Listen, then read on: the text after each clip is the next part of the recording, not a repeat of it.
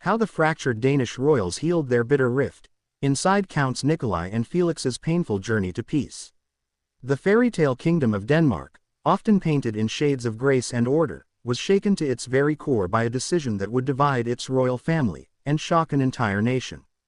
Once known for its tightly knit royal unit, the House of Glucksburg faced one of its darkest chapters in recent years when Queen Margrethe II made a deeply controversial move, stripping her grandchildren, Prince Joachim's 4 children, of their royal titles. The decision, which many viewed as abrupt and heartbreaking, sent ripples of tension through the royal palace. But at the center of the storm stood 2 young men who never asked for such upheaval, Count Nikolai and Count Felix. They were born princes, raised with the understanding that they were part of Denmark's noble future. But in 2022, with one royal decree, their identities were redefined. The public saw the polished royal statements, the respectful interviews. But behind closed doors, there was sadness, there was confusion, and there was, unmistakably, a deep sense of betrayal. Yet from that emotional fracture, a powerful journey of reconciliation, growth, and healing began, a journey that would reshape the royal family's future and rekindle fractured bonds. This is the full story, raw, unfiltered, and deeply emotional, of how the Danish royal family confronted its rift, and how Counts Nikolai and Felix turned personal loss into graceful resilience. In September 2022, Queen Margrethe, Denmark's longest reigning monarch, stunned her nation by announcing that 4 of her grandchildren, Nikolai, Felix, Henrik, and Athena, would no longer bear the titles of prince and princess. Instead, they would be styled as Counts and Countess of Montpezat. The reasoning: to allow them to shape their own lives without being limited by the special considerations and duties that a formal affiliation with the royal house of Denmark as an institution involves. But that explanation couldn't shield the emotional toll. For Count Nikolai, who had already begun building a successful career in fashion modeling and education, the change hit harder than expected. He told Danish press, "It was a shock to us. I didn't see it coming." Count Felix echoed that sentiment, saying the decision made him feel confused and sad. Their father, Prince Joachim, was furious. In interviews, he did not hide his disappointment, even calling out the palace's lack of communication. He revealed that the decision was made without a proper family meeting or open dialogue. What was supposed to be a modern, practical adjustment ended up cutting far deeper, reopening emotional wounds in the family that had been buried for years. The Danish royal family, despite its public elegance, has always faced internal tensions. Prince Joachim, the younger brother of now King Frederik X, has long struggled with his role in the shadow of the heir. Despite being a loyal royal, he often felt marginalized. The title removal ignited long-simmering frustrations. Prince Joachim and Princess Marie, his second wife and the mother of Prince Henrik and Princess Athena, felt blindsided. For a time, the family split became painfully visible. King Frederik and Crown Princess Mary appeared to maintain a dignified silence, an action some interpreted as support for the Queen's decision. Meanwhile, Joachim and Marie gave several emotional interviews from their base in Paris, detailing their children's heartbreak and expressing their confusion. At the heart of this storm were Nikolai and Felix, young men who had grown up in the public eye, who respected tradition, but who now had to redefine their identity. Despite the emotional blow, Counts Nikolai and Felix displayed immense poise. Nikolai, especially, stepped into a new phase of his life with grace. At just 24, he had already made headlines as one of Europe's most stylish royals. With contracts from Dior and appearances in global fashion weeks, he transitioned from prince to global model without missing a beat. But more than that, he used the spotlight to reflect authenticity. In candid interviews, he didn't lash out. He didn't blame. Instead, he acknowledged the pain but showed understanding. "It's still strange to be called something else," he said. "But we are still the same people, and that matters more." Felix, more private, focused on his education and family. At 22, he was completing his studies and making quiet contributions to charity efforts, never speaking ill of the institution that had reshaped his identity. Their dignity in public appearances helped reshape public opinion. Sympathy swelled. Young Danes admired their calm and maturity. International media praised their class. Behind palace walls, Queen Margrethe, a monarch deeply devoted to duty, began to feel the weight of her choice. While she initially stood by her decision, calling it necessary for a slimmed-down monarchy. It became clear that the emotional fallout had struck a chord. In a rare move, she issued a public apology, not for the decision itself, but for how it had been handled. "I have made my decision as queen, mother, and grandmother. But I underestimated how deeply affected my grandchildren would feel. That makes a big impression, and I am sorry for that." That moment, captured across Europe, marked the beginning of the healing process. It wasn't a reversal, but it was recognition. It was humanity. And for Nikolai and Felix, it was enough to begin letting go of the pain. In 2023, after months of quiet distance, the Danish royals took their first public steps toward unity. Photos emerged of Queen Margrethe with all her grandchildren at Amalienborg Palace. Reports from insiders revealed private family dinners had resumed. Prince Joachim and King Frederik, long rumored to have a strained relationship, were seen sharing warm words during Queen Margrethe's official birthday celebrations. Behind the scenes, palace sources confirmed that Frederik had reached out to his brother personally, expressing hope for unity. Their wives, Crown Princess Mary and Princess Marie, also made visible efforts to appear united, standing together at state events, exchanging smiles, engaging their children in joint activities. But perhaps most touching was the sight of Nikolai and Felix returning to Denmark for key royal events, not as disgruntled outsiders but as respected family members. Count Nikolai appeared with quiet pride at royal galas, while Count Felix joined his siblings at Copenhagen's Christmas ceremonies, warmly embraced by Queen Margrethe. The royal family, fractured by a painful decision, was beginning to heal. The Danish royal family is no longer just a symbol of tradition. It is now a case study in how modern monarchies adapt, fall, and rise again. Queen Margrethe's bold move, while controversial, may one day be seen as a turning point. Her vision of a streamlined, focused monarchy is in line with changes seen in Sweden, Norway, and the United Kingdom. But perhaps the greatest legacy of this chapter isn't the title changes, it's the resilience of those affected. Nikolai and Felix, once simply princes, are now young men with the power to choose their path. Their journey has inspired countless young people who watched the royals not just as figureheads, but as human beings navigating very public pain. Their story shows us that royalty isn't about crowns or titles, it's about grace, resilience, and family. As Denmark moves forward, under King Frederik X and Queen Mary, the unity of the royal family remains vital. King Frederik has inherited more than a crown. He has inherited a legacy of healing, responsibility, and vision. His relationship with his nephews will be closely watched. His ability to bridge family and tradition will shape his reign. For Queen Margrethe, now retired but still deeply respected, the story continues. Her legacy will forever be tied to this difficult decision, but also to her capacity to reflect, apologize, and make room for healing. And for Counts Nikolai and Felix, the world is wide open. They have become symbols of modern royalty, noble, yes, but above all, authentic. Their transformation is not one of loss, but of evolution. And in a monarchy that must adapt to survive, their role may be more powerful than any title. In a world of fast-moving headlines and royal gossip, the story of Denmark's royal family stands apart, not for scandal, but for sincerity. From heartbreak to healing, from confusion to clarity, the journey of Counts Nikolai and Felix is one of grace under fire. And it leaves us with a powerful reminder. Family, even royal family, can break, but it can also mend. As the drama unfolded behind palace gates, something equally powerful was taking shape beyond them, the court of public opinion. In Denmark, where monarchy is held in high regard, Queen Margrethe's decision sparked fierce debate across every media outlet and dinner table. Was this a necessary modernization? Or a cruel betrayal of grandchildren who had done nothing wrong? Opinion polls at the time showed the country was split. Older generations, who valued tradition and royal decorum, tended to support the Queen. They understood her desire to reduce the burden of monarchy for the next generation. After all, other European monarchies had already slimmed down. Sweden removed royal status from several grandchildren in 2019, and Britain's King Charles III was clearly aiming for a working royal-only model. But younger Danes, many of whom had grown up seeing Nikolai and Felix in magazines, fashion shows, and social campaigns, were heartbroken.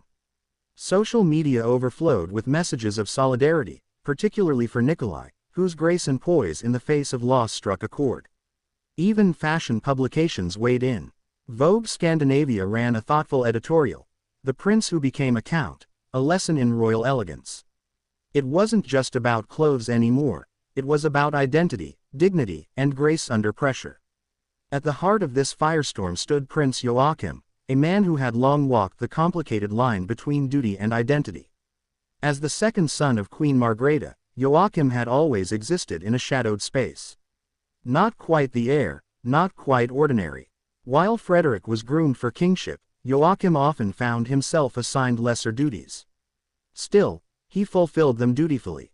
His first marriage to Countess Alexandra of Frederiksberg, mother of Nikolai and Felix, brought both glamour and challenges. After their divorce, the family did its best to maintain cohesion, but internal differences simmered. When he married Princess Marie, tensions allegedly grew. Danish tabloids speculated that the Copenhagen versus Paris dynamic was more than geographical. It was symbolic of a divide in lifestyle, values, and expectations. Joachim's interviews following the title stripping were emotional, and rare for a royal. His voice broke during one interview with Danish broadcaster DR when he said, "It's never fun to see your children being hurt." For many Danes, that was the moment the decision stopped being abstract and became personal. One of the most overlooked but pivotal figures in the rift was Countess Alexandra, the mother of Nikolai and Felix. A Hong Kong-born aristocrat who captured Danish hearts in the 1990s, Alexandra had once been one of the most beloved royals. Though she and Joachim divorced, they remained on good terms, co-parenting gracefully. But when the Queen announced the title removals, Alexandra issued a rare and strongly worded statement. "This comes out of the blue. The children feel ostracized and confused." Her defense of her sons was fierce, maternal, and unapologetic. It reignited support for Nikolai and Felix, reminding the Danish public that behind every royal decision are real people, real parents, and real consequences. While much attention focused on Prince Joachim and his older sons, Princess Marie also found herself in a difficult spot. The French-born royal had always maintained a low profile, preferring charity work and cultural engagement to front-page appearances. But after the title announcement, Marie's role changed dramatically. Suddenly, she was not just a consort, she was a mother defending her own children, Henrik and Athena, who also lost their princely status. In private interviews, Marie showed remarkable clarity and composure. "We are not questioning the Queen's right to make decisions. But the communication could have been better. The children deserve clarity and kindness." She reportedly became a key figure in helping Joachim navigate the political fallout and managing the emotional well-being of all four children.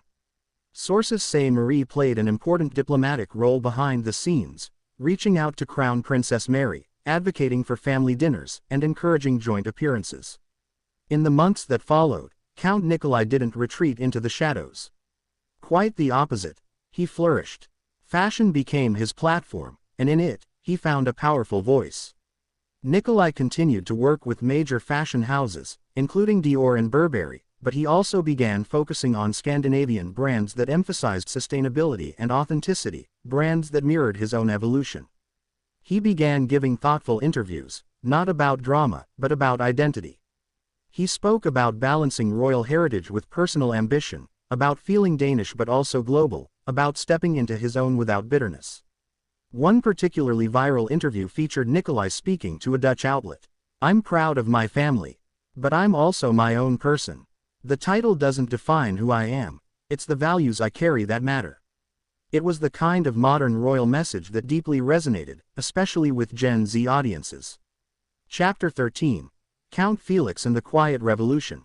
While Nikolai often drew the cameras, Count Felix was carving his own quiet path. After briefly enrolling in military service, Felix chose to pursue a civilian career, a choice that further emphasized the theme of personal freedom in the next royal generation. He enrolled in higher education, took part in charitable causes, and maintained a warm relationship with both his parents. His maturity and groundedness won praise in Danish media. One columnist wrote, "Felix may not wear a crown, but he carries himself like royalty in every sense of the word." As Queen Margrethe stepped down in early 2024, her abdication after over 50 years marked the end of an era. She had been a deeply beloved monarch, intelligent, artistic, stoic. Her decision to slim down the monarchy, though painful, was consistent with her modernist leanings. In her final New Year's address, she acknowledged the complexity of her reign. Being queen has been the greatest honor. I have done what I believed was right, for Denmark, for the institution, and for the family. I leave the future in good hands. And while she did not directly revisit the title controversy, her tone was notably soft.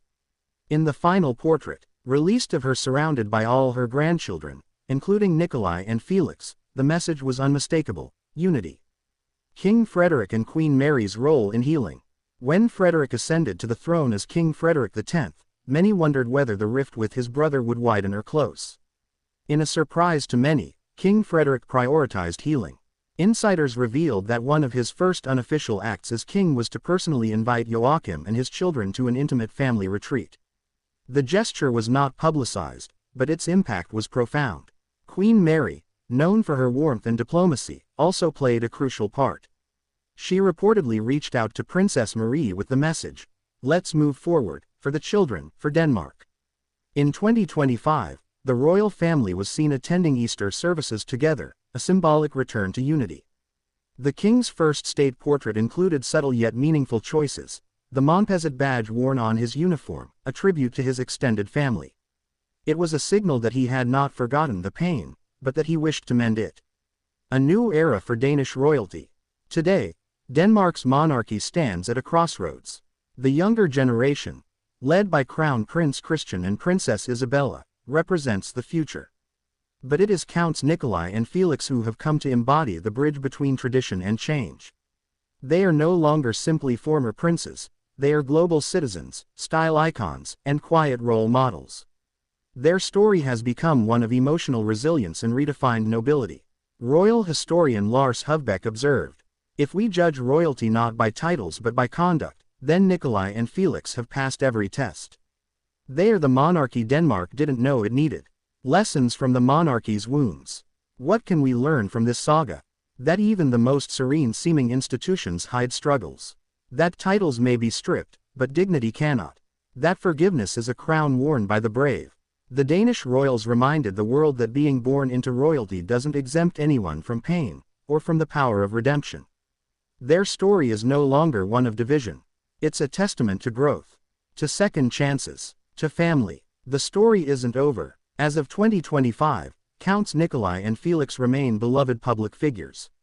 They attend charity galas, support mental health initiatives, and represent Denmark abroad in unofficial capacities. There are whispers that one or both may eventually return to royal duties, not with titles, but as honorary envoys of culture or youth engagement. But for now, they walk their own paths. And as they do, they carry not only the blood of kings, but the spirit of young men who weathered a storm and emerged not bitter, but better. The crown within. In every kingdom, real or symbolic, there comes a time when old traditions must evolve. For Denmark, that time came suddenly. It was painful, it was raw, but what followed was extraordinary. A queen who dared to act, even at the cost of her grandchildren's hurt. A father who stood up for his children, publicly and fiercely. Two young men who responded to heartbreak with grace. And a family that, though fractured, chose, in the end, to heal. In that, there is a lesson for all of us: the true crown is not worn on the head. It is carried in the heart. Now we ask you, do you believe the Danish royal family is stronger after the storm? Or do old wounds still cast a shadow on their unity? Let us know in the comments. Don't forget to like, subscribe, and share this video with fellow royal watchers. Every comment helps us bring you more powerful, emotional stories from the world of royalty. Thanks for staying with us, and remember, even behind palace walls, families are families.